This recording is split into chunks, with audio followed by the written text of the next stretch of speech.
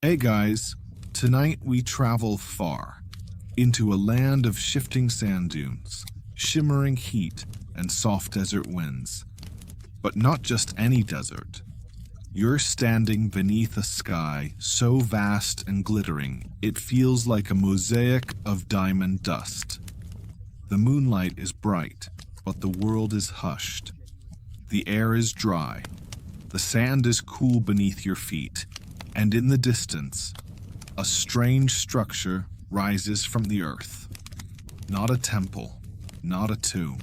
It's a massive, beehive-shaped dome, silent and unmoving like a sleeping giant. You squint at it, puzzled. Could that possibly be a freezer? Yes, it could, and it is. And no, you probably wouldn't survive trying to build one yourself. Unless you have some spare ancient Persian engineering wisdom lying around, because this was their answer to a deadly question. How do you preserve ice in the middle of the blistering desert? So, before you get comfortable, take a moment to like the video and subscribe, but only if you genuinely enjoy what I do here. And if you're tuning in from somewhere unusual tonight, post your location and local time in the comments. I always love seeing how far these sleepy little journeys travel. Now, dim the lights, maybe turn on a fan for that soft background hum, and let's ease into tonight's journey together. You begin walking slowly toward that strange dome, guided by starlight. It's still, monolithic, maybe even a little eerie at first. The yakhchāl, Persian for ice pit, rises about 60 feet in front of you. It looks like something left behind by ancient aliens or forgotten gods. But no, it's very human and very, very clever. The desert doesn't want you to have ice. It wants you thirsty, blistered, and maybe just a little crazy. Daytime temperatures in Yazd, Iran, where many of these structures were built, can climb past 40 degrees Celsius, 104 degrees Fahrenheit. And yet, ancient engineers weren't intimidated. They built yakhchāls over 2,000 years ago. Ice in the desert. And what makes it more miraculous is how little they had to work with. No metal pipes, no refrigerants, no compressors, just physics, patience, and a deep intuitive understanding of nature. You pause at the base of the dome and press your hand against its wall. It's made from something called sarouge, a special blend of clay, egg whites, goat hair, lime, ash, and sand. A recipe only a mad poet or a genius would dream up. Sarouge is water-resistant, it's heat-insulating, and it's surprisingly sturdy. The dome has lasted centuries, long after most things built today would have cracked, crumbled, or been converted into a Starbucks. And here's the real trick. The walls are thick, often 2 meters or more. You walk the perimeter slowly, feeling the faint chill that seems to emanate from within, like the dome itself is breathing cool air from the underworld. But of course, it's not magic. The secret is in the design. Domed top, deep pit beneath, minimal surface area exposed to sunlight. The entire structure is oriented to make the most of shadows, breeze, and temperature gradients. And it works. You could walk inside in the middle of summer and feel like you've stepped into a mountain cave. There's a fringe theory that the yakhchāl wasn't just for function, it was symbolic too. Some scholars argue the dome mirrored ancient cosmology, the heavens above, the underworld below. A dome to preserve life and defy the sun. Sounds poetic, doesn't it? Historians still debate whether that symbolism was intentional or just a lucky accident of function meeting form. You circle around to the back. There, almost hidden, is a narrow entrance. You duck inside, and suddenly the outside world falls away. The thick walls mute everything: the wind, the night animals, even your own breath. It's cool, noticeably so. Not cold like a fridge, but certainly cooler than the parched air outside. You close your eyes for a moment. Feel the silence. Smell the faint earthiness of old straw and lime. No humming appliances, no bright LED lights. Just the steady, ancient whisper of well-planned thermal dynamics. You wonder what it must have felt like for someone in 500 BCE to walk in here after a long journey across burning sands. To feel this soft, impossible chill on your face. To reach into the pit and pull out a slab of winter's memory, still solid and biting, even in August. It's hard not to feel a little awe. Modern people like to act as though history was made up of clueless villagers poking things with sticks. But the folks who built this, they were precise. They knew the land, the heat, the wind, and the seasons. They knew how to listen to their environment and design with it, not against it. And here's a cheeky thought. You've probably opened a high-end ice cream shop's walk-in freezer and thought, a bit too drafty. Meanwhile, these folks were perfecting passive refrigeration before the Roman Empire even figured out plumbing. You glance up at the domed ceiling. There's a tiny opening at the very top, part of the airflow strategy. Hot air rises, and when it does, it escapes through that little hole, drawing cooler air in from lower vents. It's like a medieval HVAC system built entirely from mud and dreams. This isn't just about comfort, it was survival. You couldn't just rely on weather. One bad harvest, one searing summer, and you were in serious trouble. Ice wasn't a luxury, it was insurance. Some even believed the yakhchāls ice had medicinal properties, cooling the blood, preventing heat stroke, easing fevers. A sacred cold, touched by gods or shaped by some forgotten alchemy. You sit down on a stone ledge by the wall, legs stretched, spine against ancient insulation. You breathe in and out slowly, like the dome itself is telling you to relax. And somewhere outside, beneath the desert stars, a breeze starts to stir. You'll follow it soon, toward those curious towers jutting from the roof, wind catchers. But that's for the next step.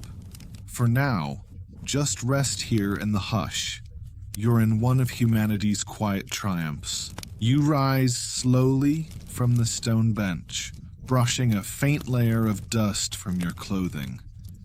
The dome arches high above you, silent and unmoving, like a great earthen cathedral dedicated not to gods or kings, but to the elusive luxury of cold. The air is still, but you know something's happening here, something quiet, something clever.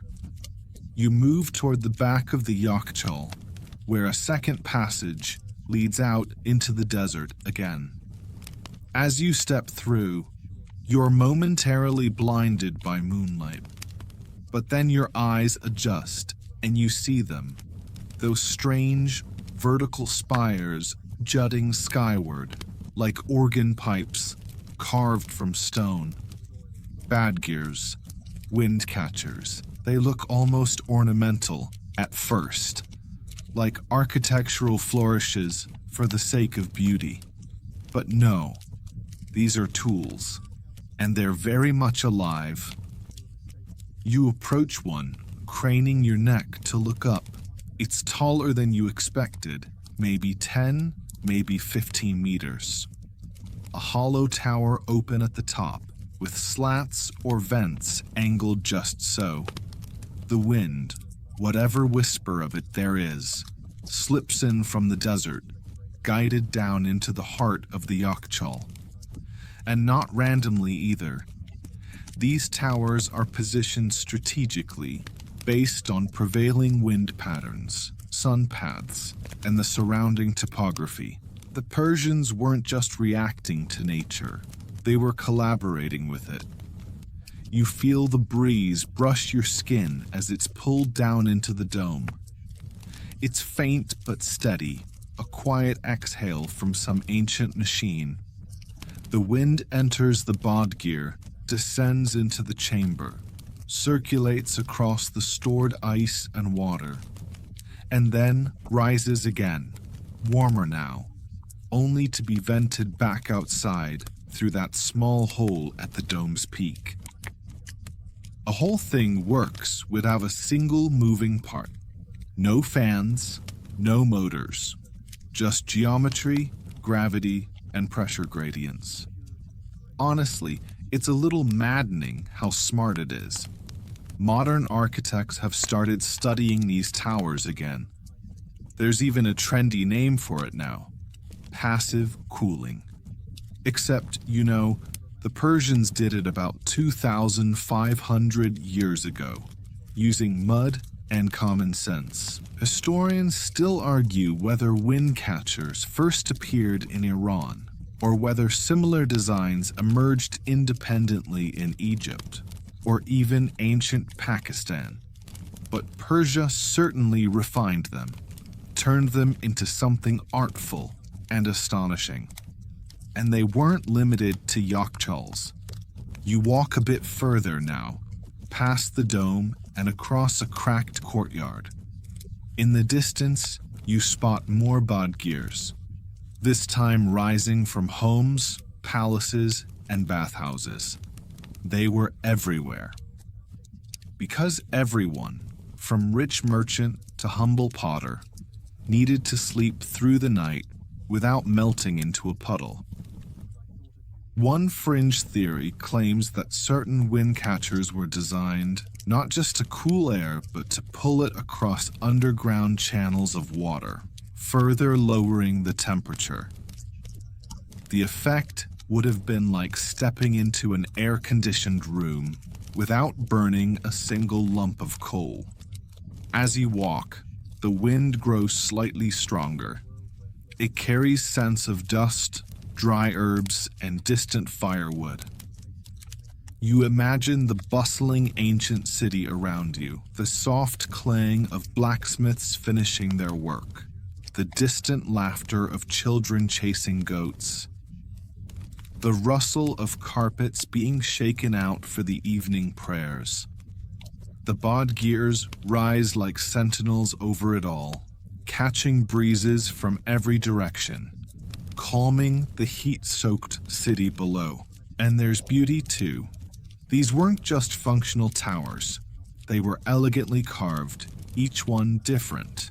Some were octagonal, others had floral cutouts or decorative crests. One scholar described them as breathing statues, which is either profoundly poetic or a little spooky. Possibly both. You pause to rest on a low stone wall, looking back at the dome in the distance. It's half lit by moonlight now, casting a long shadow like a sundial from some alternate timeline. The wind slips past your face again, and you smile. It works. After all these centuries, it still works. And suddenly, it hits you. These structures weren't just built in the desert, they were of it. No imported materials, no synthetic adhesives, just what the land offered: earth, wind, and fire, minus the disco. You sip from a water skin and imagine someone doing the same 2,000 years ago, crouched beside this very wall.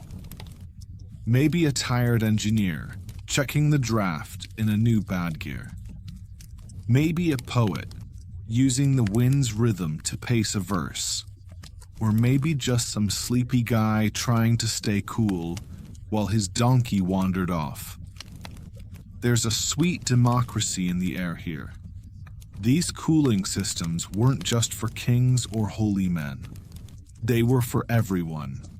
The city breathed together, cooled together, survived together, and that's something worth sitting with for a minute. A breeze stirs your hair again.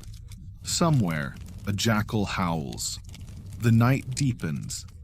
You rise and begin walking slowly back toward the dome. Tomorrow, you'll explore the next step, the open-air ice pools, where ice formed not in deep pits or cold rooms, but in the open desert itself, with no roof, no shade, just starlight and science. But that's for later. For now, listen to the tower whispering above you, like an old friend telling you secrets. You stretch your arms overhead, feeling the mild desert chill on your skin as you wander beyond the yakhchāls dome. The windcatchers fade behind you, still murmuring their endless skyward sighs. But your destination now is much stranger. A wide, shallow pit stretching across the sand like an abandoned amphitheater. But it's not for performances. Not unless you count the nightly performance of freezing water under an open sky. That's right, tonight you'll be watching water turn to ice, outside in the middle of the desert. You walk to the edge of the rectangular depression, stepping carefully across smooth stones and sun-baked earth. These were ice fields, or open-air evaporation pools, built deliberately beside yakhchāls to create ice during the coldest winter nights. They don't look like much now, just dry troughs, maybe ankle deep. But once upon a time, these shallow basins would have been filled with a thin layer of water just before dusk. Then the real magic, or more accurately, the real physics, would begin. You sit at the edge and picture the scene. It's winter, maybe January, and the sun has finally dipped below the dusty horizon. A family works in hushed cooperation, carrying water in clay jars, pouring it slowly into the troughs. The desert air, blistering hot in summer, turns frigid at night. Temperatures often fall below freezing due to the region's lack of cloud cover and humidity. In other words, the heat escapes fast. You wouldn't think the desert would be an ideal place to make ice, but that's part of the Persian engineers' brilliance. They didn't fight the climate, they used it. They counted on the desert's wild temperature swings. And these pools were placed just right, away from walls that would radiate heat, exposed fully to the night sky to maximize radiative cooling. And here's the curious bit. Ancient workers didn't always fill the pools all at once. Sometimes they added water slowly, night by night, letting thin ice sheets build in layers. The top layer would freeze first, protecting the liquid beneath it, and forming a thicker sheet with each chilly night. Fringe historians even suggest the workers may have lightly scratched the surface of the water with straw or brushes to help crystals form faster, like early ice whisperers coaxing water into sleep. You reach down and trail your fingers through imaginary water. It's easy to picture the surface starting to shimmer, stiffen, then sparkle as frost creeps across it under the watchful gaze of the stars. But don't be fooled. This wasn't always a peaceful job. Some unlucky workers probably fell in. Others stayed up all night to make sure jackals didn't come sniffing around for a quick drink. One record even suggests that villagers used to stay up singing near the ice pools, as if the sound itself might help the freezing process, or at least keep everyone awake and amused. And when the ice was ready, the harvest began, carefully and quietly. The frozen sheets were broken up with wooden tools, never metal. They'd learned early on that metal conducted too much heat and could crack the ice too quickly. The chunks were stacked carefully and dragged, under cover of early morning cold, into the base of the yakhchāl. You hear a soft scrape in your imagination, the gentle thud of a block of ice being dropped onto a straw-lined sled. It's almost a rhythm, a lullaby of industry. Historians still debate just how efficient this ice-making method truly was. Could they really make enough to last all summer? Were these small-scale efforts symbolic rather than practical? Or were some of these ice fields far more expansive than the ones we've found ruins of today? Like much of ancient history, we're missing pieces, but the results speak for themselves. Large yakhchāls filled to the brim. You lean back and gaze up at the sky.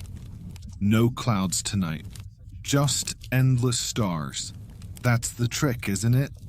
The stars aren't just beautiful. They help carry away heat, infrared radiation, leaving the surface of the Earth and sailing up into the void. You don't see it, you don't feel it, but it's happening.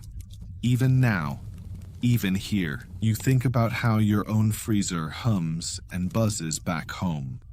Electricity, compressors, refrigerants all working around the clock.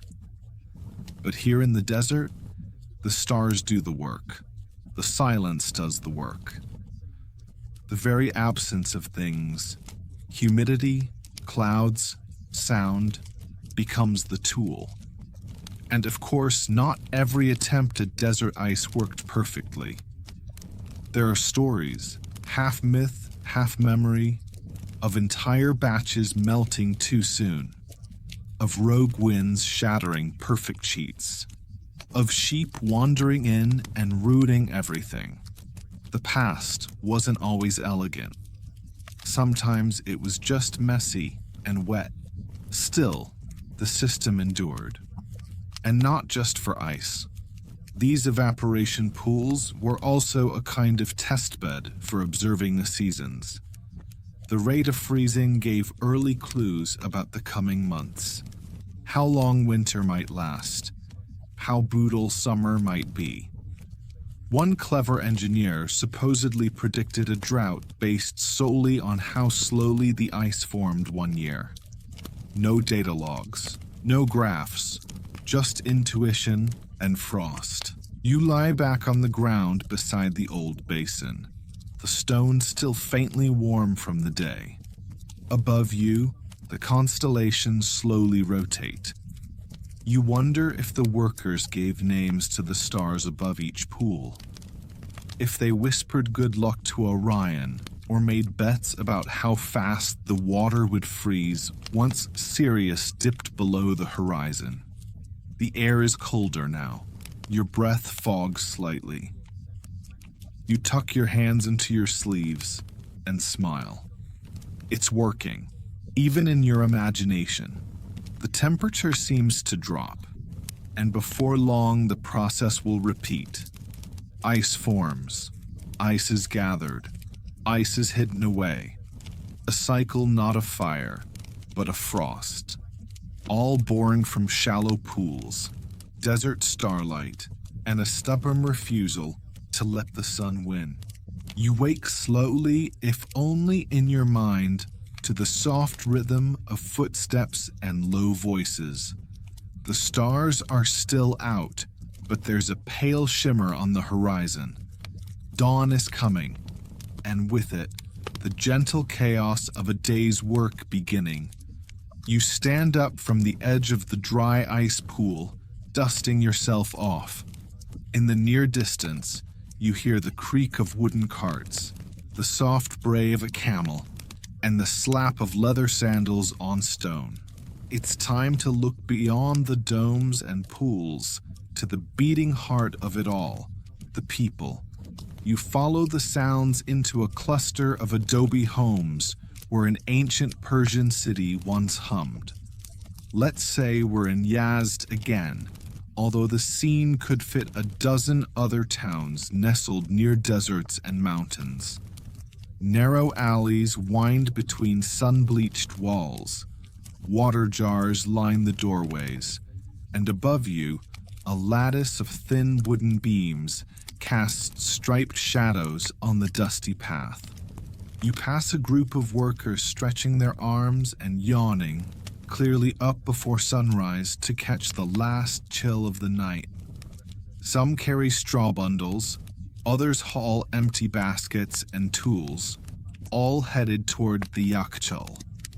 This was more than a side job. Keeping the ice-making system alive required constant maintenance, building saruj mortar, repairing evaporation pools, cleaning the dome's interior, and, of course, collecting the ice with care, stacking it in layers, insulating it with straw, and keeping it from melting in the process. It wasn't glamorous, but it was vital. These men and women were the silent guardians of cold, and they took their job seriously. You stop near a shaded well where a man in his 60s sits, sipping from a small cup. He's the local engineer, maybe not in the modern sense, but certainly the authority on wind flow, water levels, and dome integrity. He taps the wall with a wooden tool, listening for hollows. He squints at the sky, reading wind currents, the way you might read a weather app. The fringe theory is that some of these builders could predict shifts in wind patterns days in advance just by watching sand formations. You follow him as he inspects a nearby bodgear, running his fingers along the slats. When they wore out, new ones had to be cut from cedar or cypress, shaped to precision. If the angles were off, the airflow would collapse, or worse, bring hot air into the system. There were no second chances when you were fighting the desert, and teamwork was everything. You see a young boy racing up a narrow ladder to the dome's top to inspect the vent opening. Another worker below steadies the ladder, muttering something about the kid growing wings. Meanwhile, women line the inside of the dome with fresh straw, dry, brittle, and perfectly flammable. They handle it like gold dust. The ice must be kept clean, untouched by rot, pest, or dust storm, which means layers of straw between each frozen slab. A forgotten layer could mean spoilage. A misplaced one could mean collapse. It's like stacking a dessert you can't eat and really, really don't want to ruin. You crouch beside one worker, smoothing down a fresh layer. She's humming quietly, maybe just to herself, maybe to the dome. There are no instruction manuals here, just memory, practice, and rhythm passed down over generations. And when the ice is secure, when the dome is packed, there's still more to do. You're led around the back, where a shaded trench slopes gently downward. This is the access channel, used to retrieve ice months later without disturbing the main dome. Ingenious, really. Like having a cold storage back door hidden from the sun. It's strange how much of this world was built on timing. The work had to happen before the morning sun reached the dome. The retrieval had to occur at the coolest time of day. The bod gears had to be maintained just so. You get the sense that life in these cities was a dance, choreographed by climate and necessity. And here's a fun little tidbit. Local records suggest workers would sometimes sleep inside the yakhchāls during the hottest weeks of summer. Not all night, just naps. A short siesta in a refrigerated clay dome, wrapped in a shawl, surrounded by slabs of ancient ice. The original spa retreat, minus the cucumber water. Of course, not everyone was happy to work in the ice trade.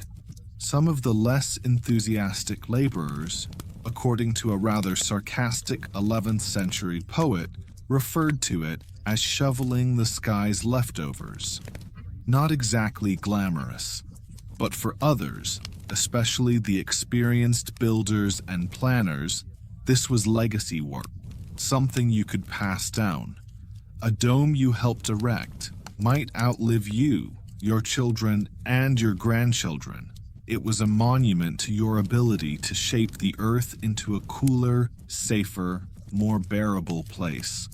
And so, you walk slowly through the crowd now, past the straw stacks, the sloshing water jars, the yawning apprentices wiping their eyes with dusty sleeves. There's no chaos here, just ritual, repetition, a sleepy kind of precision born from years of knowing exactly what needs to happen next. You pause again at the edge of the yakhchāl, where the morning light is just beginning to strike the upper curve of the dome. The workday is starting in earnest.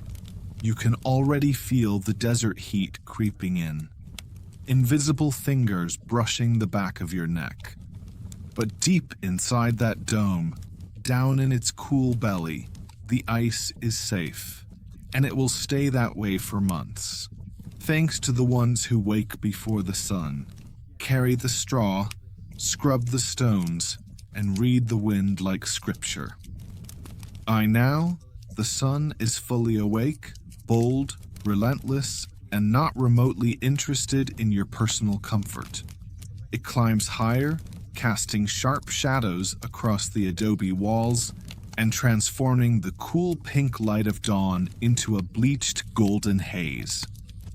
You squint and pull your robe tighter around your shoulders as you trudge along a well-worn footpath winding behind the yakhchāl.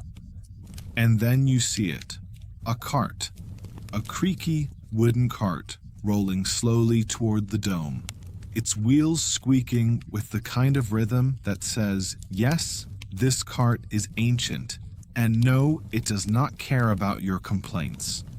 It's pulled by a pair of sleepy-looking donkeys, led by a man who appears even sleepier. Draped in linen and muttering under his breath, he's guiding the cart toward the back trench, one of the dome's service channels. The cart is full of ice, real actual blocks of frozen water, stacked neatly between layers of straw. Your first instinct might be to panic. Wait, shouldn't that be melting right now? But it's not. Or not much, anyway. The desert heat is brutal, yes, but the Persians planned for that. You kneel beside the cart as the man pauses to rest. He fans himself with a palm leaf and offers you a friendly grunt. You reach out and touch the ice, brushing aside a layer of straw. It's cold, surprisingly so. The straw works like ancient bubble wrap, insulating the ice, slowing the melt. And the blocks aren't large. They were deliberately shaped for easy transport, even if they chipped or melted a little en route. Where is he taking them? You follow. The path leads down a gently sloped alley, away from the yakhchāl, and into the heart of the town. This is where the ice really comes to life. Not just a marvel of engineering, but a lifeline. Carried, traded, and even prescribed. The first stop is a modest home near the market. A woman opens the door, accepts a block of ice wrapped in straw, and immediately drops it into a clay pot nestled in the corner of her shaded kitchen. You glance inside and notice something fascinating. Jars of milk, dates, and pomegranate juice placed carefully around the ice. No fancy appliances, just proximity. The ancient Persian refrigerator. You're led next to a tea house, a shaded courtyard filled with low cushions and the gentle bubbling of a fountain. The owner wades the ice merchant inside like an old friend. The ice is lowered into a ceramic basin, and within minutes, a tray of chilled rosewater sorbet is served to a table of guests who've clearly been waiting for this exact treat. You sip a spoonful in your imagination. Sweet, fragrant, cold enough to make your teeth chatter. This wasn't just about luxury. In a place where summer temperatures routinely cross the 40-degree C mark, ice wasn't some upper-class indulgence. It was relief. It was protection. It could quite literally be the difference between surviving and succumbing. You pause by a small apothecary stall near the edge of the market. A slender man with ink-stained fingers wraps a bundle of herbs in muslin and places it inside a narrow clay pot, already cold from a nearby ice block. The mixture, he says, will be used for a cooling tonic, good for fevers, vital for infants. He points up at the sun and grimaces. Ancient Persian physicians often recommended cold treatments for patients suffering from sunstroke, migraines, and inflammation. Even without the modern science to explain vasoconstriction or electrolyte balance, they understood the effect and used it wisely. There are fringe records, half medical, half folkloric, describing the application of crushed ice wrapped in linen, placed behind the knees or at the neck. One story, possibly exaggerated, but that's half the fun, involves a royal falconer who recovered from heat delirium only after being wrapped in a blanket lined with snow and rose petals. Historians still debate whether ice distribution was centrally managed by city officials or more of a freelance, barter-based affair. Some evidence suggests yakhchāl ice was taxed, while other fragments imply it was gifted during festivals, perhaps even rationed during droughts. No one agrees entirely, which is perfect. It keeps the mystery alive. You continue trailing the ice cart until it reaches its final stop, a small shrine half hidden by bougainvillea. A caretaker emerges with 2 clay cups.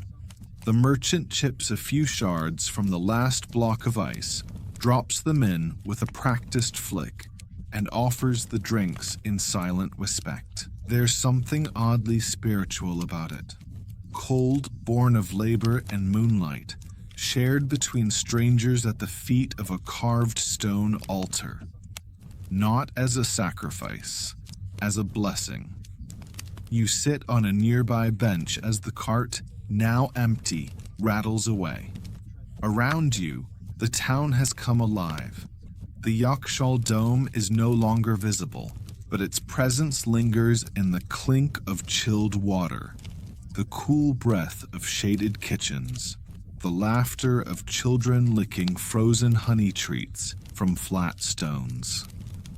And somewhere, a traveler walks slowly through the heat, a sliver of precious ice wrapped in a palm leaf tucked inside his robe, pressing it to his lips every few miles to keep from falling over.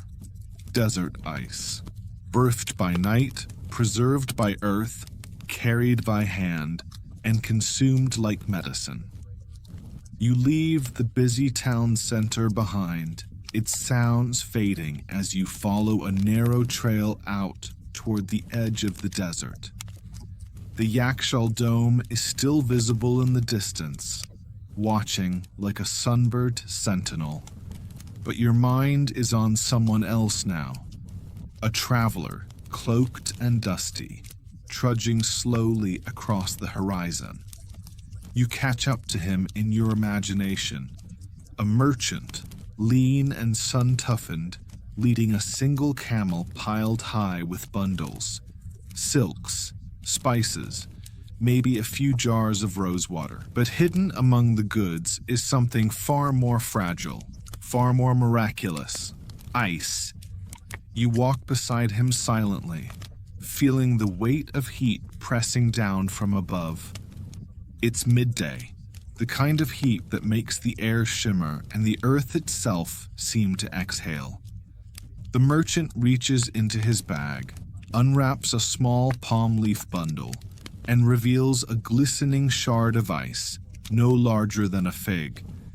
He touches it to his lips, exhales with relief, and slips it back into its casing like treasure. Because out here, it is treasure. This isn't some rich prince on a pleasure caravan. This is someone whose very survival may hinge on that tiny chip of cold. In the heat of the desert, ice isn't indulgence. It's first aid. It cools the body, keeps perishable medicine viable, and, if you're lucky, keeps your food from turning into a smelly science experiment. And here's the kicker. The Persian engineers planned for this. Ice wasn't just for cities. It was meant to travel. And so, they developed techniques, primitive but effective, for transport. Straw bundles, palm leaf wraps, ceramic flasks lined with insulating clay. Sometimes they even buried the ice in wool, tying it tightly with rope and storing it beneath dried food sacks to keep it shaded and stable. Fringe theory time.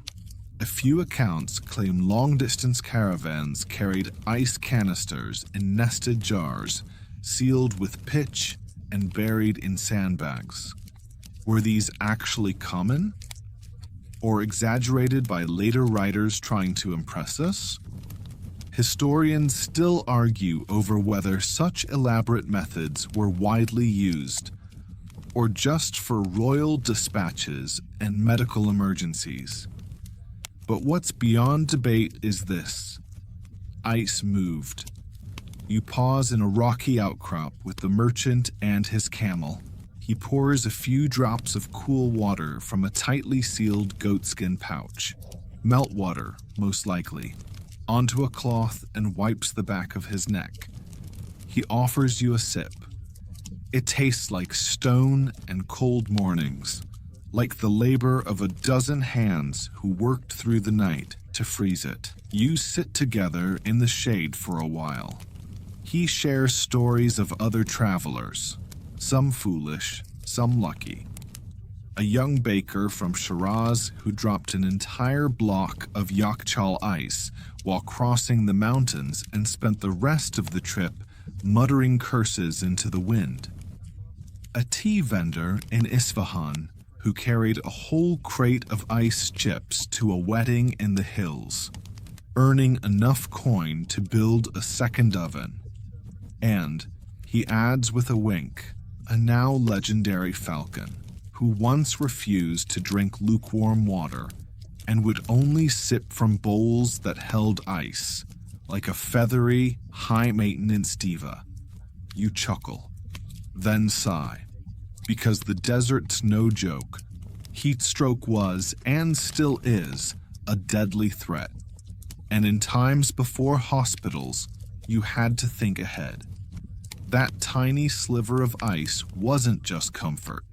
It could drop your fever, shock your system back into alertness, or bring down the swelling from a venomous bite. The camel's hooves shuffle beside you as a lizard skitters past.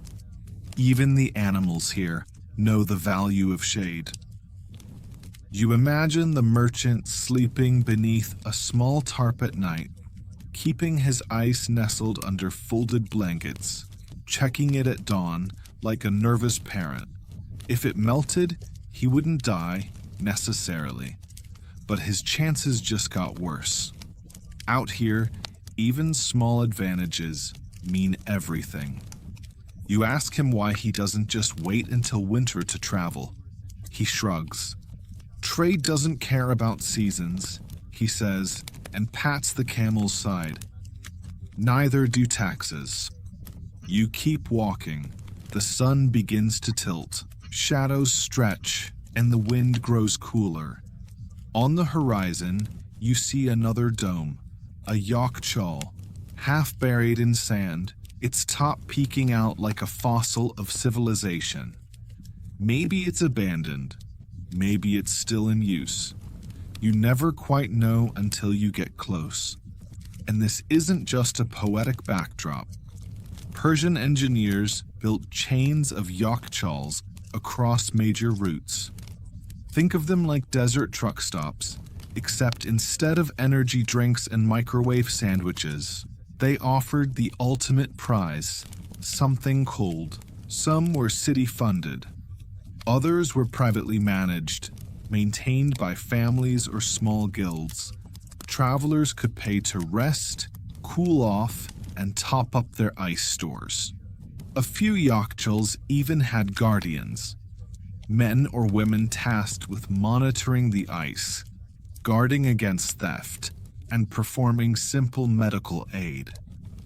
Imagine the comfort of spotting one of those domes after days in the sand, like seeing a lantern on a cold night or a fresh charger when your phone's on 2%. Just ancient. You and the merchant part ways at the edge of a dry riverbed. He nods, tips his straw hat, and trudges on into the heat. The camel follows, trailing the faint scent of warm straw and wool-wrapped frost. And you head back toward town. Not because you're done learning, but because you're suddenly craving sorbet and the comfort of a cool place to sit. Maybe you'll swing by the tea house. Maybe you'll just rest beside the dome and listen to it breathe. Either way, you understand now, ice wasn't just a thing.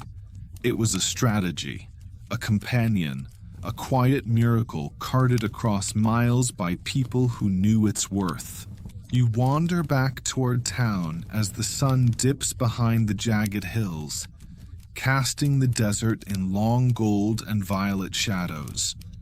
The dome of the yakhchāl glows faintly in the dying light, almost ethereal now. Less a building, more a memory. But tonight, you're headed somewhere special. You follow a narrow footpath through a grove of date palms, past a small spring-fed canal, until you arrive at a stone stairway descending into the earth. It's cool here, noticeably so. The air shifts, almost sighs, as you descend. At the bottom is a low arched doorway that leads not into a home or bathhouse, but into the very heart of the ice itself. This is the yakhchāl's core, the storage chamber, and, as some believed, something more, a sacred space, worthy of rituals and reverence. You step inside, guided by a single oil lamp hanging from the wall. The chamber opens up before you, wide, deep, and cool, with thick walls sloping gently inward. You can feel the temperature drop with each step. The walls radiate calm. It's not cold like winter. It's the kind of cool that settles into your bones and quiets your pulse. In the center of the room, slabs of ice are stacked in a staggered pattern, each layer separated by straw. They're partially melted, but still solid, softly steaming in the lantern light. You kneel beside one and press your fingers to the surface. It resists you. It remembers winter. But what strikes you most isn't the science. It's the quiet. This was never just a freezer. It was a gathering place, a ceremony, a point of pride. Because storing ice wasn't just about engineering. It required timing, community, and a certain sacred respect. You imagine the winter harvest weeks earlier. Entire families, sometimes whole neighborhoods, working together to cut ice from the outdoor pools and carry it block by block into this chamber. Singing work songs, telling stories, offering prayers to protect the ice from the sun, thieves, or clumsy hands. And once the chamber was full, there was a feast. Some historical accounts describe the end of the ice storing season as a kind of celebration, a victory over nature.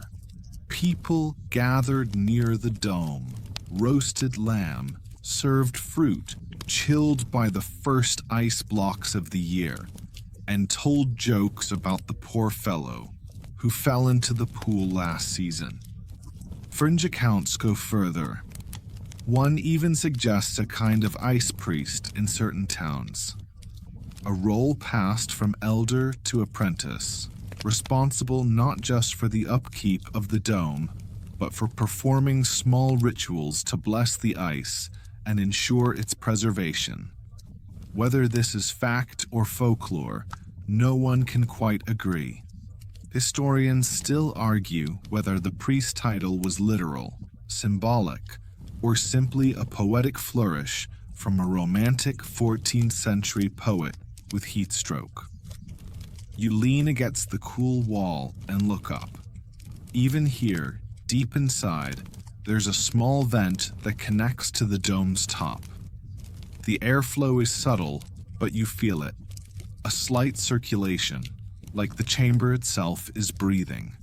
And just like that, you realize you've stumbled into one of the oldest forms of environmental control architecture.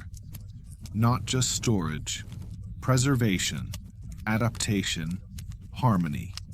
And there were rules here, too. Only certain people were allowed to retrieve ice. It had to be taken from designated layers at specific times using approved tools. Too much disturbance, and the delicate balance of cold and airflow could collapse. That's how you lost an entire chamber in a week, melting from the inside out. There's something almost monastic about it. You wouldn't be surprised to see someone in robes, walking slowly among the stacks, whispering ice prayers and frowning at a misplaced straw tuft. You think back to modern refrigeration, noisy, humming, energy-hungry boxes shoved into the corner of every kitchen. Useful, yes. Efficient, sure. But soulless in comparison. You can't imagine anyone gathering to celebrate the arrival of the new Kenmore Deluxe with automatic defrost, and definitely no feasts in its honor. But the yakhchāl? That's different.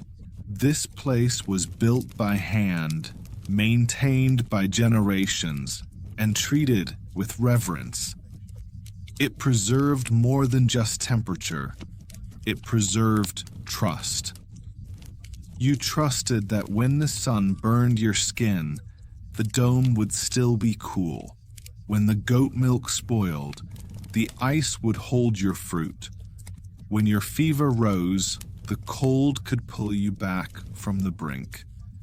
And so you sit for a while, listening to the silence, watching the faint curls of meltwater track down the stone floor. Somewhere above, the wind catchers are still working, cycling air through the dome. You imagine the city sleeping, scattered across rooftops under the stars, knowing their ice is still safe beneath your feet. Eventually, you rise. You climb the steps again, slowly, carefully, as though leaving a temple. And as you pass through the doorway into the open night, you glance back once more at the dome. It doesn't look cold. It doesn't look technical. It looks simple, humble.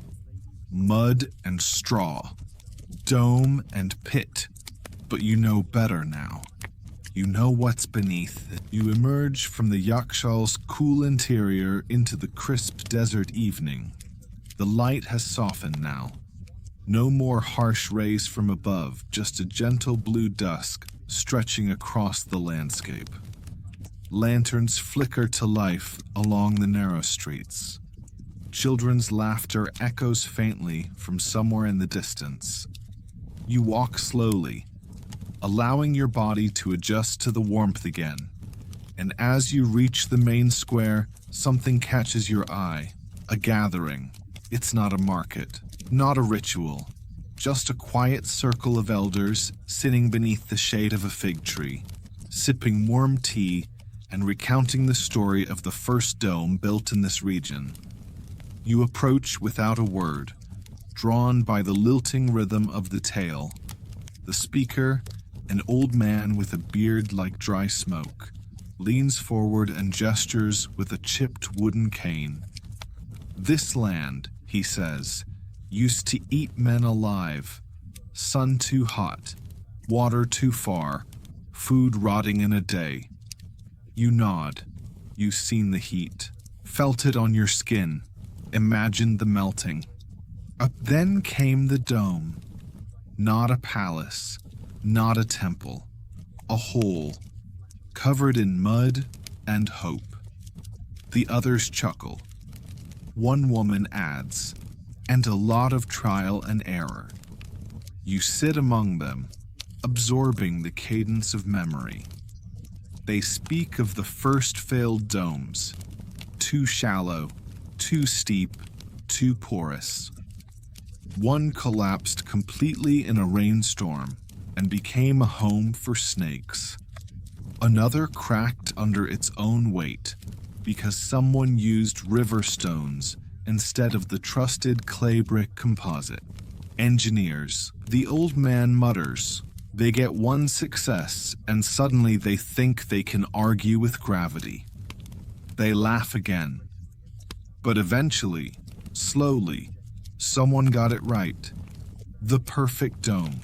The right blend of clay, lime, ash, and goat hair. The walls cured in the sun for days. The vault sealed with polished sarouge, smoother than marble, waterproof like a dream. That dome lasted 100 years, maybe more. Fringe stories say the engineer who built it died before he saw the first ice stored. Others say he lived long enough to be buried with a cup of it in his hand, like a frozen promise. Historians still argue whether these oral traditions reflect specific individuals or are collective mythologizing, combining various builders and generations into one folklore engineer. A sort of Johnny Frostseed, but you get it. Stories like this aren't about names. They're about honor, about surviving in a place that tries so hard to undo you. One woman shares a curious tidbit. During drought years, townsfolk would gather around the dome and sprinkle salt on the walls, not to curse it, but to ward off the melt, a kind of symbolic offering. Science? Maybe not, but rituals have their own kind of logic, and others took it further. A few villages considered the dome a kind of living being. Children were told to greet it in the morning. Teenagers dared each other to knock on its walls at night and listen for a reply. One local proverb translates roughly to, "He who mocks the dome will wake thirsty." A simple threat with surprisingly chilling implications. You lean back on your elbows, eyes drifting to the stars overhead. It's strange how something as inert as packed mud can become sacred just by being useful enough, long enough. It wasn't shiny, it didn't glitter, but it protected what mattered. It was the slow hero in the background, unmoving, reliable, and oddly beautiful in its restraint. And then, one of the elders says something that stops you cold. Most of the time, the dome didn't save you with ice. It saved you with shade. ... You glance around. Every single person is sitting under that fig tree, avoiding the direct touch of the fading sun. Shade is the baseline. Ice is the bonus. And yet, the very structure that gave you both never asked for applause. It simply was. You think of your world now. So fast, so bright, so plugged in. Refrigerators running 24/7. Freezers beeping. Fans spinning. Nothing quiet. Nothing still.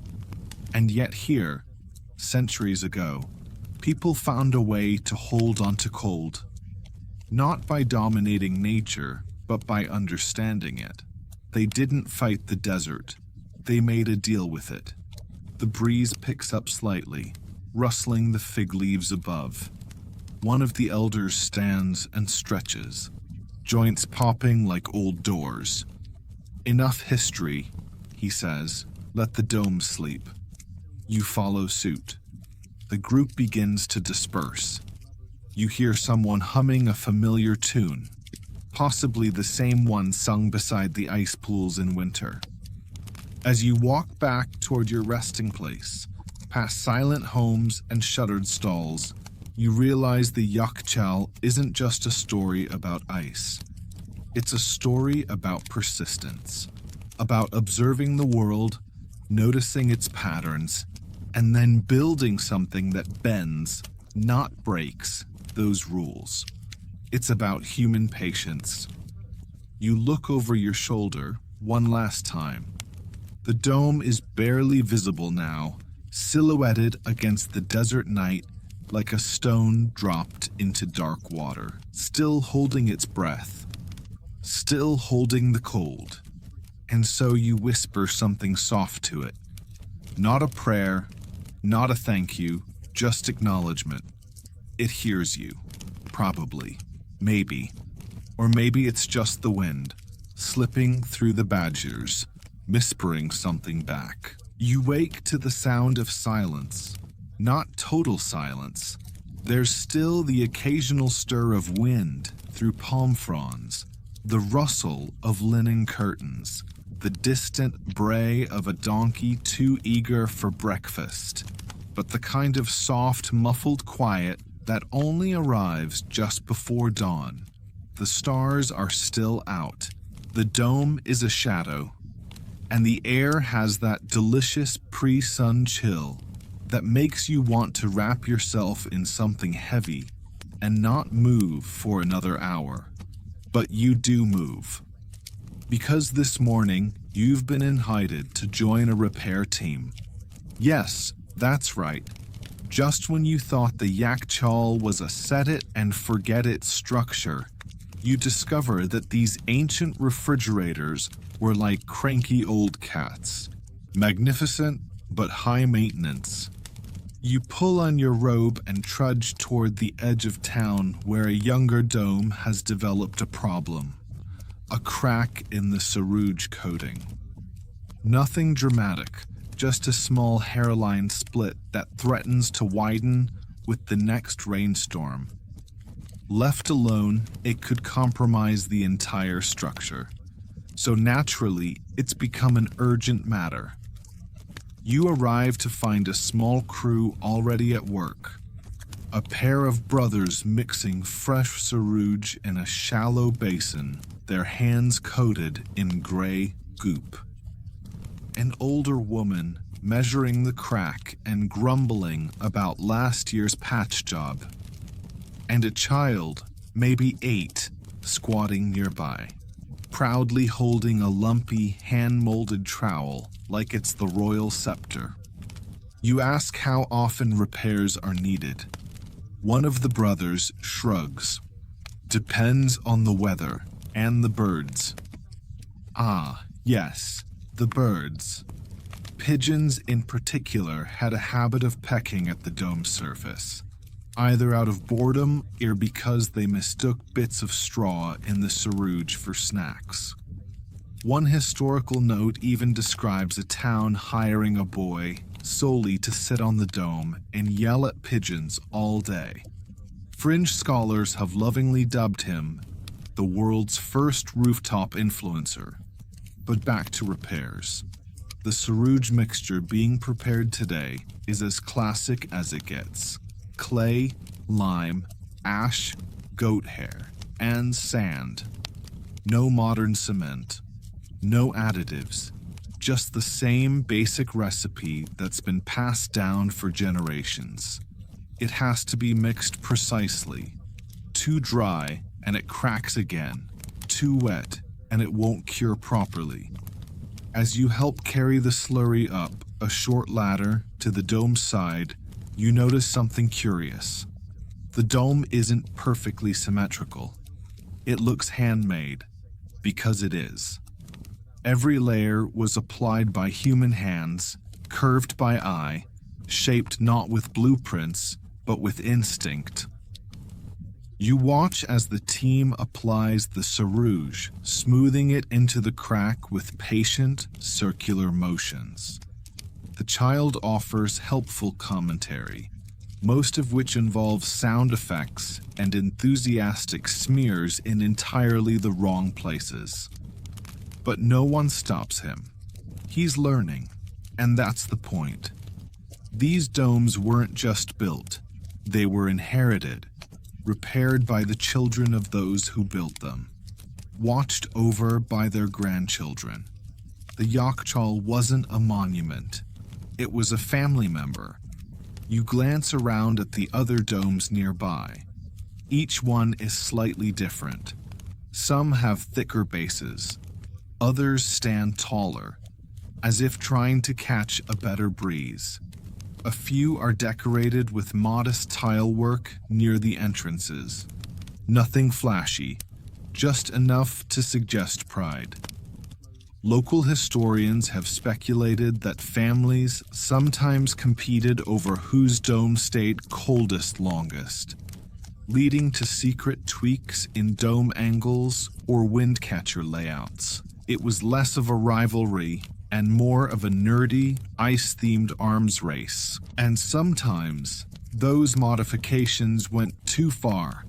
One woman working on the repair team tells you about her grandfather, who once tried to build a dome with 2 interior chambers, one for ice, one for grain. Sounded brilliant, until summer came and the humidity from the grain chamber melted the ice chamber faster than anyone expected. The result, a ruined harvest and a legendary stink. Historians still debate how much innovation really happened with yakhchāls over the centuries, where they improved dramatically from their earliest versions, or did the original concept remain more or less unchanged? Some argue that the design was so functionally perfect that it resisted major change for centuries. Others claim we've only uncovered the most common types, and more complex experimental forms are still buried under modern towns. You lean against the repaired dome as the sun finally peaks over the horizon. The sarouj patch will take a few days to dry fully. Until then, the crew will monitor it, brushing off dust and fending off inquisitive birds. And in the meantime, the dome will keep doing its quiet work, cooling, protecting, enduring. You stretch your arms and notice how good the early air feels against your skin. It's cool, like a secret the world hasn't shared yet. The birds are starting to chatter. Somewhere, water flows softly through a kanat channel, echoing beneath your feet. You help the team pack up their tools. The child insists on carrying the trowel home himself, holding it like a ceremonial blade. You smile. If you had to bet, you'd say he'll be the next caretaker of this dome, patching cracks, chasing birds, and teaching the next kid how to mix the perfect batch of sarouge. Because that's what these domes are. Not relics, not ruins. They're habits made visible. Community effort shaped into mud and lime. A rhythm of maintenance and care passed from one calloused hand to the next. And you realize something else. The yakhchāl didn't just preserve ice. It preserved attention. The kind of careful observation that only happens when people truly depend on something and refuse to let it slip away. Later that day, as the sun settles into its hotter, heavier rhythm, you decide to visit something you've heard whispers about since your arrival, a lost dome. You ask around. Most people wave vaguely toward the desert hills, or say something about the buried one near the dried well. But eventually, an old bread seller points with a flowery hand toward the outskirts. Go past the orchard, then follow the stones. It's not much to look at, he adds, but it remembers. You follow his directions through fields of brittle grass and wind-worn pomegranate trees, your sandals crunching over scattered gravel. The wind is dry and slow. Even the cicadas seem too hot to bother making noise. And there it is. Not a grand dome, not even half a dome. Just the upper curve of one, peeking out from a low hill of sand and dried mud. Like a fossilized turtle caught mid-nap. Faded, cracked, quiet. A forgotten yakhchāl. You approach cautiously. The topmost stone vent is still intact, though partially choked with twigs and bird feathers. You brush away debris, half expecting it to groan in protest, but it stays silent, as if surprised anyone remembered it existed. You circle the hill, and soon you find what you're looking for. A crumbling entrance, half swallowed by the earth. You duck inside. The air is thick, not cold like the living domes back in town, but certainly cooler than outside. It smells of dust, old straw, and the peculiar sweetness that always seems to linger in long abandoned places. Your eyes adjust slowly to the dim.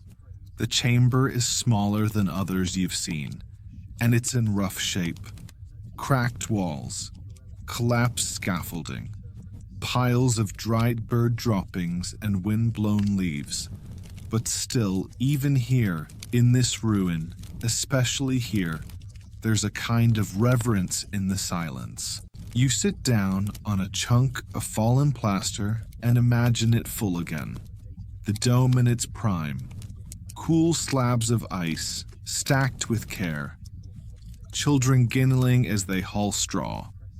A caretaker, humming quietly as he checks the air vent alignment. And just like that, you feel it again. The sacred rhythm of the yakhchāl. This one may have fallen out of use. Maybe the village moved. Maybe the water dried up. Or maybe, as some whisper, it simply stopped being needed when metal cool boxes arrived in shiny trucks, with salesmen promising cold without effort. Fringe theories abound. Some locals claim this dome was cursed, built on the wrong slope, facing the wrong wind. Others say it was experimental, with a double basin system that never worked. A few even suggest it was never finished at all, just abandoned when a new well proved too salty for proper freezing. Historians still argue whether this dome was part of the central city's supply system or one of the rural offshoots built during the expansion years. There's little documentation, only fragments of stone markers and a barely legible inscription above the entrance, possibly reading, "To hold what the sun forgets." You love that. Whether true or not, it fits. As you run your fingers across the rough interior wall, you think of how these domes were never meant to last forever. Not in the way we think of permanence. They weren't designed to be untouched relics. They were meant to be used, fixed, patched, laughed around. Their lives were active, filled with mistakes and corrections, birds and wind, frost and fire. You rise and explore a bit more. There's a side chamber, mostly caved in, but you spot what might be a storage shelf, crudely carved from the wall, and in one corner, the faintest scrap of old straw, ancient insulation, clinging to the job centuries later. You pocket a pebble from the floor. Not because it's valuable, but because it belonged to something valuable. A system, a hope. When you emerge from the dome, blinking against the light, you see the desert anew. Not empty, not harsh, but organized, measured, collaborated with. You follow the stone markers back toward town, your shadows stretching long ahead of you. As you walk, you imagine dozens of other domes, some alive, some sleeping, scattered across this landscape like quiet lungs, breathing coolness into the dust. And suddenly, you remember a saying you heard earlier in the tea house. If you listen closely on a still night, you can hear the dome sigh. You didn't believe it then. You might believe it now. Because the yakhchāl, any yakhchāl, isn't just a container for ice. It's a container for time, for human effort, for memory. Each crack a line in the story, each vent a whisper, and though this one may be forgotten by the people, it hasn't forgotten them. It still holds its breath, just in case someone remembers how to listen. You return to the city just as the call to prayer drifts through the air, a gentle, lilting sound that rises and fades like a song on the wind. It settles over the rooftops, through the alleys, and even touches the weathered domes with a kind of softness. The yakhchāl, of course, doesn't react, but you imagine, if it could, it would nod. Tonight, you're headed to the archives. Not a grand library with spiral staircases and velvet ropes. This is a low, square building near the old city wall, half archive, half curiosity shop, the kind of place where the scrolls lean a little. The ink is never quite dry, and the dust seems curated. Inside, an archivist named Maron greets you. He's hunched and cheerful, with fingers permanently stained by pomegranate and old paper. "You want to see the ice maps?" he says, already shuffling toward a back shelf. You follow him into the heart of the archive, where a low table is spread with cracked parchment and brittle palm leaf records. The scent here is unforgettable, somewhere between sun-dried ink, linen cloth, and old sweat. It smells like memory. He unrolls a scroll, points at a faded ink diagram, and grins. "This," he says proudly, "is the oldest yakhchāl route map we've got." And suddenly, you're staring at something amazing. A network of ancient domes plotted across the region like waypoints on a cosmic board game. Dozens of little dome icons are sketched between rivers, along old caravan trails, tucked into valleys. Some are marked with small symbols, a crescent moon, a stylized flame, even what looks like a sleeping camel. The meanings, long forgotten. But what's fascinating is that the map isn't to scale. It's emotional. You realize quickly that these charts weren't just for distances. They were annotated with stories. One dome is labeled "Where the cold stayed longest, even in spring." Another reads, "Lost to the flood of the great weeping." A third, humorously, "Good wind, bad birds." Marin chuckles, "That one's a real place." The wind catchers were perfect, but the pigeons never stopped. You pore over more scrolls, some in Arabic, others in Pahlavi or scratched shorthand only Marin can read. Many aren't technical records. They're logs, journal entries, notes from caretakers and travelers. A fragment of a poem written by a dome builder. Even a child's drawing of a dome with stick people sliding down the slope like it's a playground. Fringe entries appear too. One in particular stands out. The dome sang when the ice was good. No one knows what that means.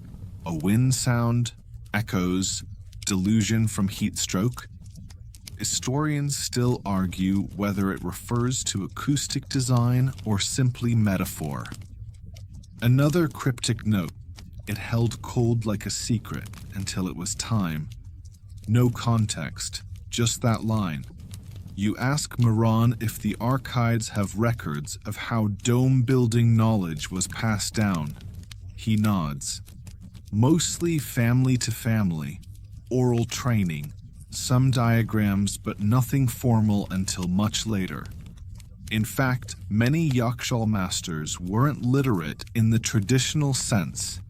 They read air, shadow, and the movement of water. There's a ledger, dated around the 11th century, that includes lists of tools, trowels, measuring cords, pitch pots. But in the margins, someone has doodled small illustrations of bodge gears, domes, and even a group of cats lying on the warm roof of a yakhchāl, tails hanging over the ledge. Moran points out one particularly strange diagram. It shows a double dome setup with what looks like a series of copper pipes running between them. Cooling enhancement, he guesses. Or maybe just a wild idea that never worked. You realize something humbling. For every yakhchāl that stood, there were probably dozens of prototypes that didn't. Failed domes, collapsed ceilings, hot storage, melted disasters. But we only remember the ones that worked, the survivors. Before you leave, Moran hands you a final piece, a small stone tablet, no larger than your palm. On it is etched a simple spiral, looping inward toward a central dot. Found near a collapsed dome, he says. We think it's a builder's mark. You hold it in your hand, feeling the slight indentations, the worn groove of time. You ask him if anyone builds domes like these anymore. He hesitates. Not often, he says finally. Some architects try. There's even a few revivalists. But, he shrugs, smiling sadly. It's hard to build something slow when the world moves fast. He's right. The old way required time, intuition, collaboration, clay mixed by feel, wind studied from rooftops, water balanced by moonlight. There's no app for that. And yet you leave the archive feeling hopeful, because those scrolls still exist. The memories are still held. The secrets of ice in the desert haven't melted entirely. They're just waiting for someone to read them again. You walk home under a sky of cobalt and pearl. Stars prickle the darkness. The dome in the distance is quiet, but its outline is sharp against the horizon, like a punctuation mark at the end of an ancient sentence. You imagine building one yourself, not perfectly, not fast, but faithfully. Mud, straw, patience, and a spiral etched in stone. The next morning, you wake early again, not because you have to, but because there's something magnetic about the desert just before it wakes. The dome in the distance, the dust barely lifting, the sun still yawning on the horizon. It all feels hushed, like the world hasn't decided what mood it's in yet. Today, you're not exploring lost domes or reading scrolls. Today, you're doing what every ancient Persian engineer eventually had to do. You're digging. Well, sort of. You've been invited to observe the repair of a qanat, one of the underground water channels that made life in this region possible, and without which the yakhchāl wouldn't have stood a chance. You arrive to find a team already hard at work, lowering a worker down a narrow shaft into the earth with nothing but a rope, a lantern, and the kind of trust that only centuries of tradition can create. From the surface, a qanat looks unimpressive, just a line of shallow pits in the dirt. But below, it's an engineering marvel. Imagine a narrow tunnel carved at a gentle slope from a mountain aquifer, sometimes running for kilometers beneath the ground, channeling cool water into the city without ever seeing the light of day. And because it runs underground, the water stays cool. It's not just any water, it's ice's partner in crime. You can't make or store ice without water. The yakhchāl and the qanat, they're like a buddy cop duo. One hides from the sun, the other outruns it. Together, they beat the heat. You watch as the qanat worker emerges, covered in fine clay, blinking at the brightness. Minor blockage, he says, shrugging, sand drift. It's hard not to marvel at this. No pumps, no engines, just slope, gravity, and centuries of refined math. Fringe theory time. Some believe certain qanats were tuned to produce specific water flow sounds as an alert system, sort of like ancient hydrologic whispering. Historians still argue whether this was deliberate design or poetic interpretation after the fact. You lean toward the poetic, but who knows? The qanat connects directly to the town's yakhchāl. Not obviously, of course, you can't just let open water pour in and melt your ice. But through clever channeling and ceramic piping, it supplies just enough for controlled freezing. At night, when desert temperatures drop near or below freezing, shallow basins fed by this water allow it to freeze naturally. The next morning, the ice is collected, cut, and stored. It sounds primitive, but it works. Worked for centuries. In fact, some researchers believe the freezing system was more efficient than early 20th century mechanical refrigerators in terms of cost and sustainability. It produced no carbon, no noise, and no broken condenser coils. Just moonlight, stone, and silence. You walk the qanat line with one of the engineers. Yes, they still call themselves that, even if they're using a shovel instead of software. He points to places where the tunnel has collapsed, been rebuilt, rerouted. Like veins, he says. Sometimes you need to graft. You like that, a city as a body, the yakhchāl as a lung, the qanat as a vein. It makes sense. The dome doesn't work in isolation. It's part of a circulatory system. Take away the water, and the dome becomes a tomb. Take away the dome, and the water's just wet. You stop at a qanat opening where the slope is just right and the air pouring out is cold. Not cool, cold. You lean in, close your eyes, and feel it on your cheeks. Like standing near an open freezer, but with no hum, no machine. Just air, stone, and movement. One of the younger workers jokes that if you sleep next to it long enough, your dreams start in winter. A folktale, sure, but probably not far off.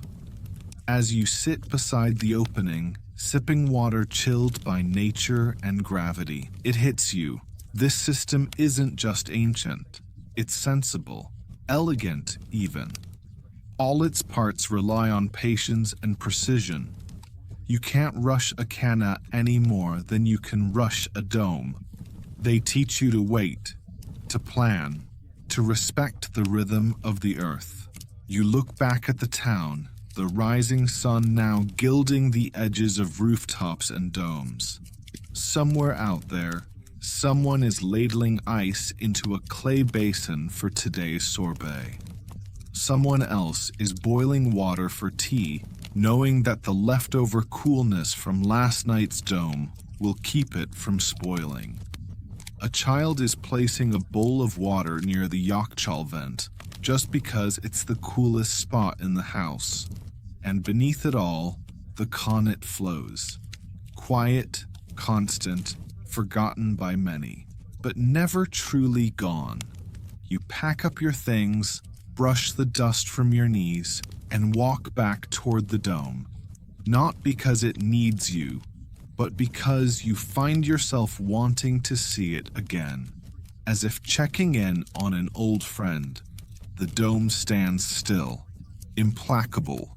No celebration, no blinking lights, no digital thermostat, just presence. You walk slowly around it, letting your fingers trail along its curved surface. It feels warm now, but you know the secret it hides. The cool air within, the ice, the breath of winter stored in the lungs of summer, and beneath your feet, the qanat murmurs. That night, you lie on the rooftop of your small guest house, flat on your back, staring up into the velvet sky. The stars over the desert are something else entirely. They don't twinkle so much as glare, sharply, quietly, like they're watching you back. There's no city glare here, no sirens, no low mechanical hum. Just the sound of the wind, warm, steady, and the faintest creak of wood as the house settles around you like a contented sigh. Somewhere nearby, a night watchman whistles a lazy tune. Somewhere further, a cat knocks something over and decides not to care. And somewhere beneath your feet, at the heart of the city, the dome continues its quiet work. And you're thinking about time. Because the more you learn about the yakhchāl, the more you see the qanats, the wind catchers, the ice pools, the more you realize this wasn't just about cold. It was about control, measured time. Not clock towers or alarms, but temperature rhythms, seasonal rituals, the daily balance between heat and chill. These people didn't fight the environment, they negotiated with it. You close your eyes and imagine being a timekeeper of the dome. Every day, you'd monitor the angle of the sun, watching how the light hit the walls. You'd feel the wind with the back of your hand, judge the dampness in the soil by scent. You'd know, without a thermometer, if the night would be cold enough to form ice.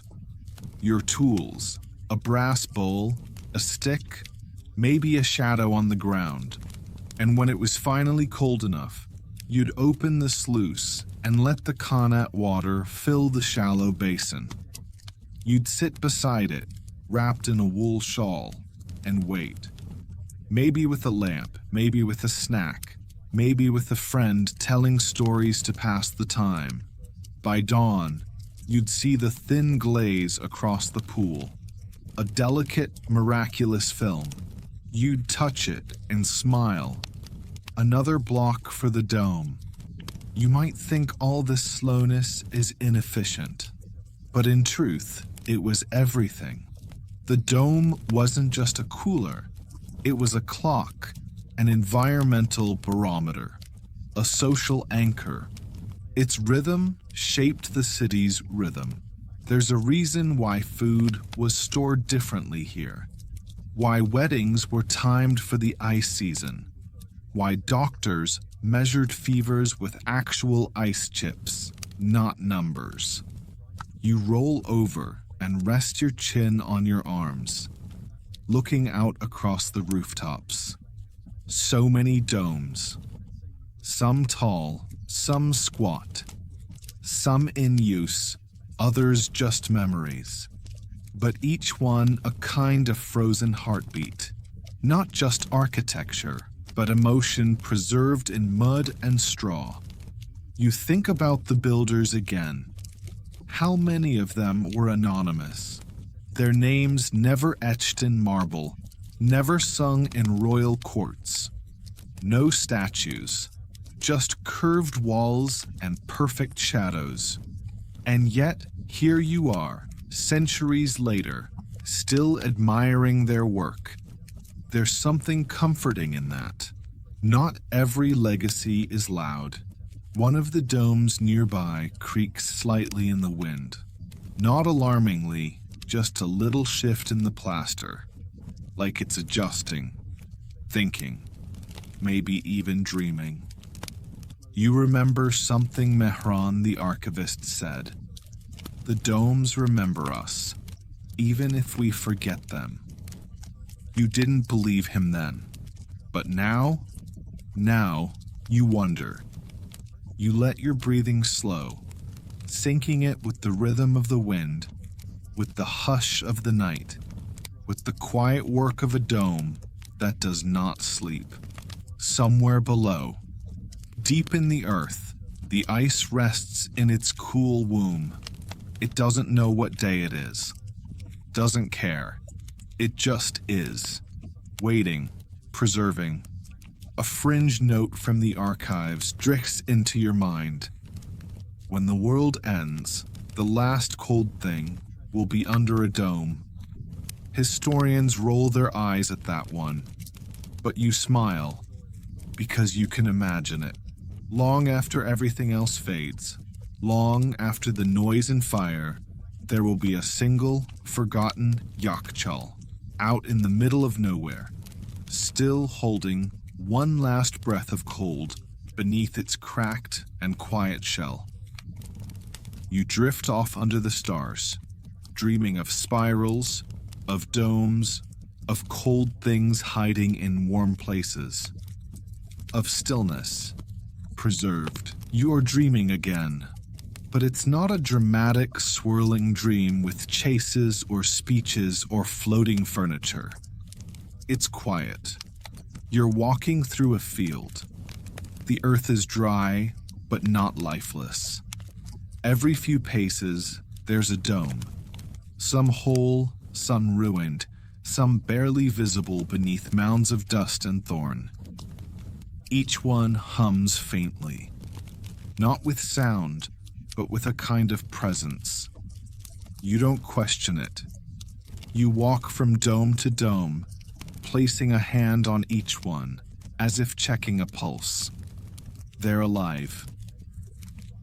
In a way, still doing something. Cooling, remembering, waiting. You wake slowly, with sunlight on your eyelids and the low murmur of morning life, drifting up from the streets below. Vendors setting up, doors creaking open, pots clinking. Someone yells playfully across a rooftop. A rooster forgets how clocks work. And beyond it all, the dome continues. Today, you have a final visit planned, a newly built yakhchāl. Not a reconstruction, not a museum piece. A living, breathing, modern version designed by a group of young engineers who decided, quite unironically, that the future of sustainable cooling might lie in looking backward. You arrive at the edge of town where a low fence surrounds a compact construction site. And there it is, pale, smooth, and almost pristine. A yakhchāl, but not quite like the old ones. The dome is familiar, but the lines are cleaner. The materials subtly different, locally sourced, but blended with natural binders developed in a lab. Tradition meets tinkering. You're greeted by Lull, the lead designer. She's in dusty overalls, sipping from a chipped enamel mug. It's not perfect, she says before you even compliment it, but we think it works. She shows you around. There's a shallow freezing pool out back, just like the ancients used, filled by a canot channel reactivated from beneath the city. The wind catchers are present too, but they've added adjustable baffles to direct airflow based on seasonal data. Inside, the storage chamber is deeper than traditional ones, reinforced subtly with eco-concrete made from volcanic ash. But, most surprising of all, there's no power source, no wires, no solar panels, no switches. It runs entirely on geometry, water, and wind. They've already done a trial run. Last winter, they froze and stored ice. Not just symbolic pieces, usable slabs. They brought out chilled fruit and drinks for the neighborhood. Kids who'd never known anything colder than a soft drink bottle got to hold ancient-style ice in their bare hands. And for a brief moment, everyone remembered. You ask what inspired the project.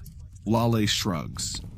My grandmother told me stories. We thought, why not try it ourselves?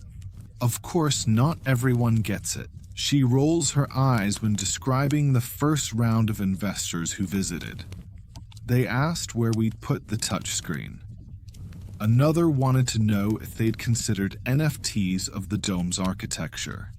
She laughed him out of the tent. But others understood.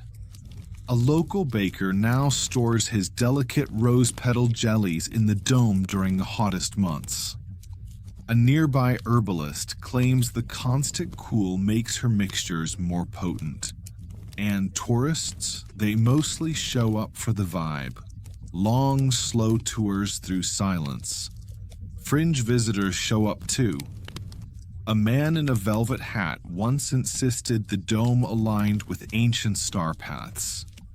Another came to whisper poems into the vent. Someone else swore they could smell the past in the Sarouge. Historians still debate how much of this is useful preservation and how much is nostalgic performance. But to Lull and her team, the answer doesn't matter. It works, she says, and it makes people slow down. That's enough. Before you leave, she lets you inside. It's colder than expected. Quiet, still, and comforting in a way no air-conditioned box could ever replicate. You close your eyes and just breathe. The air smells faintly of lime and dry earth, with a tiny trace of sweetness from a bowl of chilled dates left in the corner. No buzzing, no blinking, just the soft presence of cold. And here's the thing. You don't feel frozen. You feel held. You step back outside into the heat and squint up at the dome. It's not flashy, no signage, no grand opening plaque, just mud, sweat, and math. But it's working, and for a moment, you imagine a future filled with these domes, not as relics, but as infrastructure. Quiet guardians of coolness, nestled among cities, humbler than glass towers, but far wiser. Homes might borrow the principles. Markets might shift their layout to accommodate airflows. Children might grow up learning to read the wind again. Lale hands you a pebble, smooth, curved, carved with a spiral. A copy, she says, of the builder's mark. We leave one in the clay every time. You tuck it into your pocket. And as you walk back through the noisy, bright electronic world, the dome lingers behind you like a shadow of sanity, a whisper, a reminder that not everything old is past.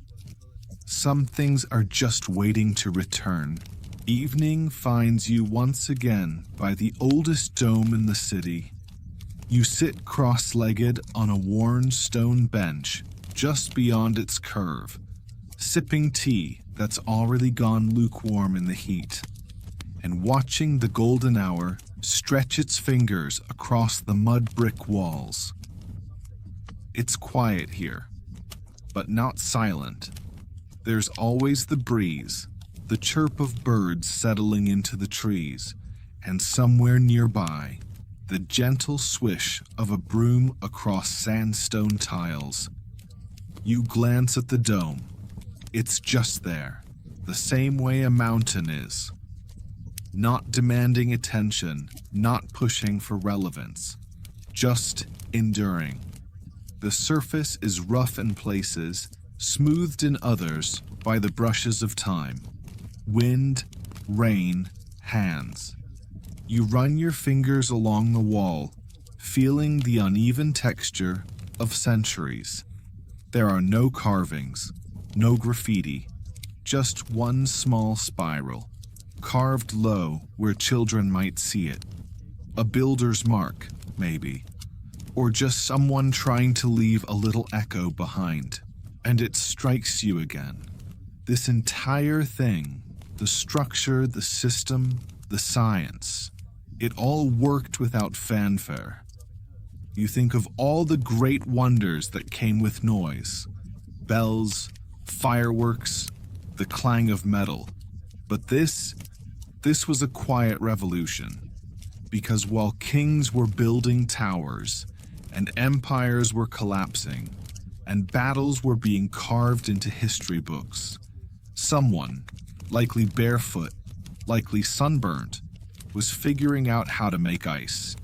In the desert, without electricity, without magic, just air, water, earth, and patience. You smile and sip your tea, now tasting slightly of dust. No matter. The moment has flavor. Behind you, two children dart past, chasing each other with palm leaves. One pauses, glances at the dome, and without prompt, reaches out to pat it lightly before running off again. You don't say anything, but inside, you cheer, because that's the point, isn't it? These domes don't ask for reverence. They don't need guards or velvet ropes. They need contact, memory, hands that touch, eyes that linger, children who keep the rhythm going, even if they don't yet know the story. Historians still argue whether the dome was born of science or necessity, whether its design was calculated from the start or refined through mistake after mistake. You suspect it was both, a beautiful, dusty tango between need and curiosity. You look to the sky. The stars are shy tonight, hiding behind a layer of high cloud.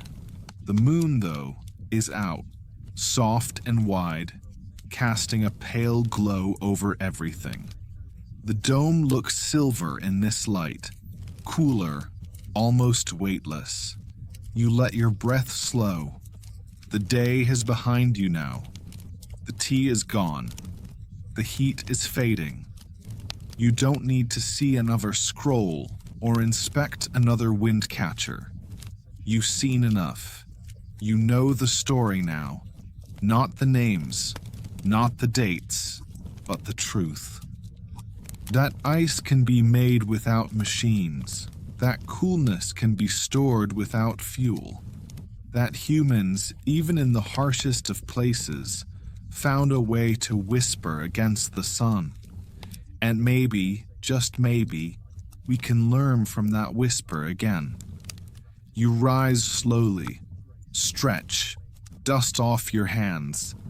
You glance at the dome one last time. No words are needed. You simply nod.